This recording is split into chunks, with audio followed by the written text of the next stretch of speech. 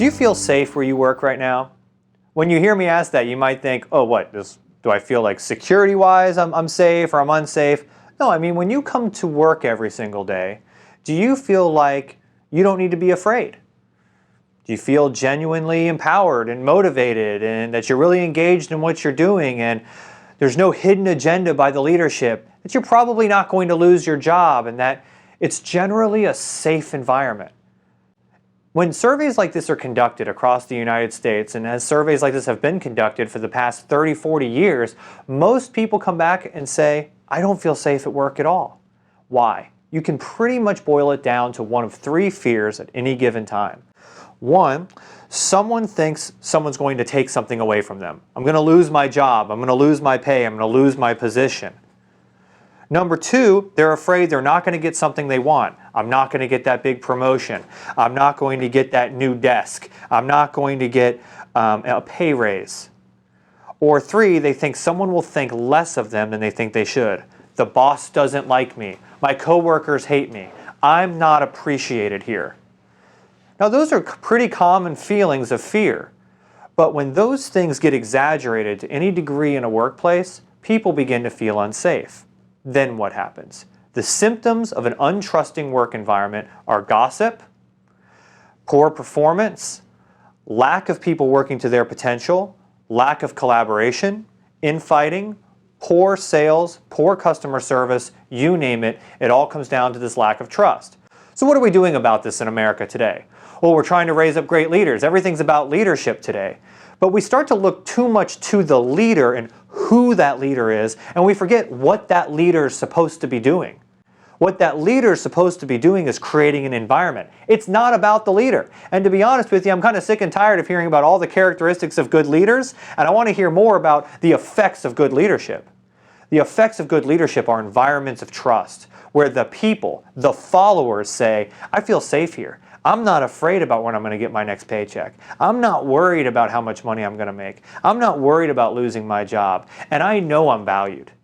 That's how you know you're in a good environment. I don't care how great the leader is. Matter of fact, a lot of the leaders we admire and are on speaking circuits all around the country today, their followers wouldn't say those things. No matter how much we like those people and the success they've achieved, they've done it on the backs of the hardworking man that has completely been ignored. Is this some sort of socialist conspiracy? No, this is just creating trusting environments. It's the effects of good leadership. When people feel safe in the environments you create, they won't admit one of those three fears. How do you find out if they have these fears? You ask them. You spend time with your people. You shepherd them. You coach them. Sit down one-on-one with the people who directly report to you and say, when do you feel one of these three fears?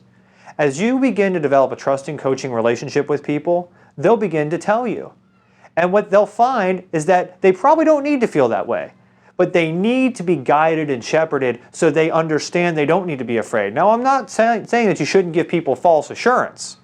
If someone's in danger of losing their job, we should be talking to them about it. They shouldn't come in one day and the other shoe drops. They're not fools. They know that's coming. And as leaders, sometimes it's just what we create.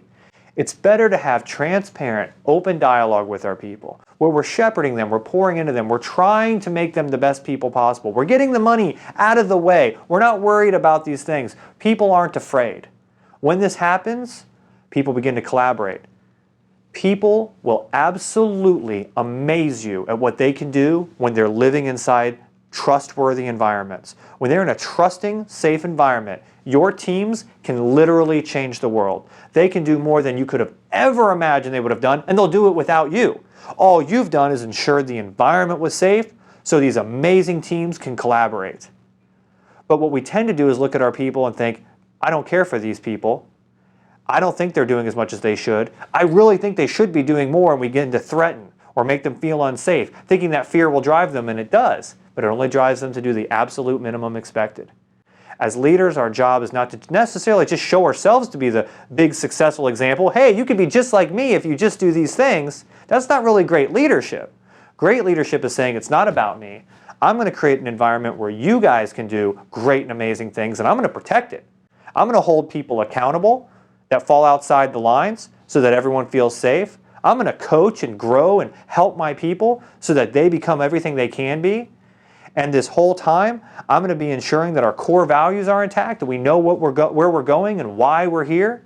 And I'm really going to make sure that people have no fears of the next day, where the other shoe could drop, because we're going to be transparent. We're going to know where we're going together.